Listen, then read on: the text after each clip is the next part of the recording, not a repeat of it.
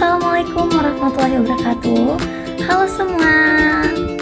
Perkenalkan, nama saya Hurin Ainisti Faria dengan NIM 24041070241, nomor absen 10. Baiklah teman-teman, di sini aku bakal menjelaskan mengenai konsep dasar psikologi, definisi dan ruang lingkup psikologi, serta perkembangan dan faktor-faktor yang mempengaruhinya. Untuk itu, ayo kita lanjut ke penjelasan. Psikologi secara umum dipahami sebagai ilmu yang mempelajari perilaku dan proses mental manusia. Kata psikologi berasal dari bahasa Yunani, yaitu psyche yang berarti jiwa dan logos yang berarti ilmu. Jadi, bisa disimpulkan bahwa psikologi ini merupakan ilmu jiwa di mana proses mempelajari perilaku dan mental manusia. Psikologi sebagai sebuah disiplin ilmu yang memiliki peran yang sangat penting dalam memahami manusia, baik dari aspek lahiriah maupun batinia. Karena konsep dasar psikologi pada hakikatnya adalah pijakan awal untuk mengerti apa yang dipelajari dalam psikologi, bagaimana objek kajiannya, serta mengapa ia perlu dipahami secara ilmiah. Secara umum, konsep dasar psikologi meliputi 3 hal.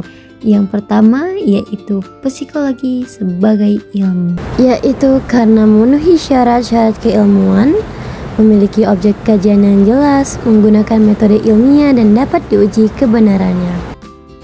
Kedua, objek kajian psikologi yang dimana memiliki objek material dan juga objek formal. Dan ketiga ialah tujuan psikologi.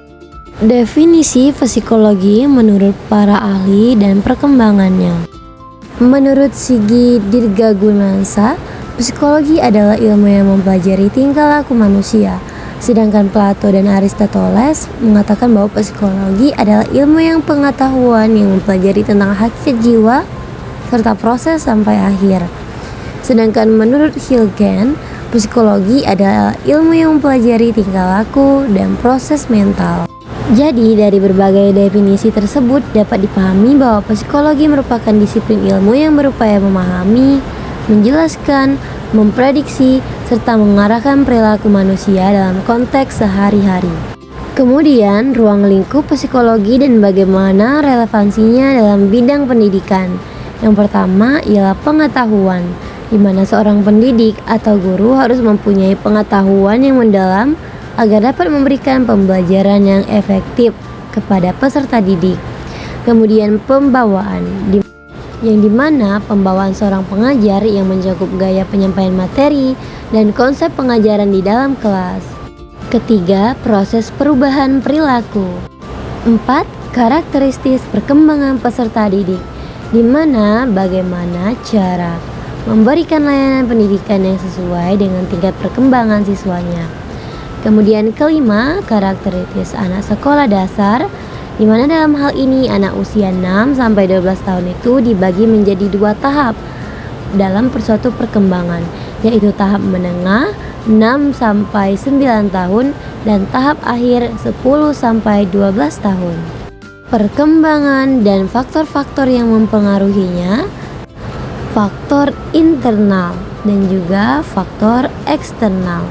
Faktor internal seperti genetik yang menjadi dasar menentukan potensi fisik dan psikologis individu.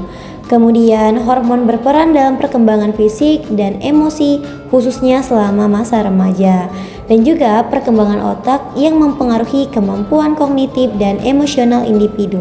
Faktor internal seperti genetik yang menjadi dasar menentukan potensi fisik dan psikologis individu. Kemudian hormon berperan dalam perkembangan fisik dan emosi khususnya selama masa remaja. Dan juga perkembangan otak yang mempengaruhi kemampuan kognitif dan emosional individu. Faktor eksternal berupa lingkungan pengasuhan juga sangat berpengaruh terhadap keterlambatan dan percepatan perkembangan, terutama pada anak usia dini. Kemudian kondisi lingkungan fisik, sosial, dan ekonomi juga mempengaruhi pertumbuhan dan perkembangan secara menyeluruh. Baiklah, mungkin itu saja penjelasan dari saya. Terima kasih.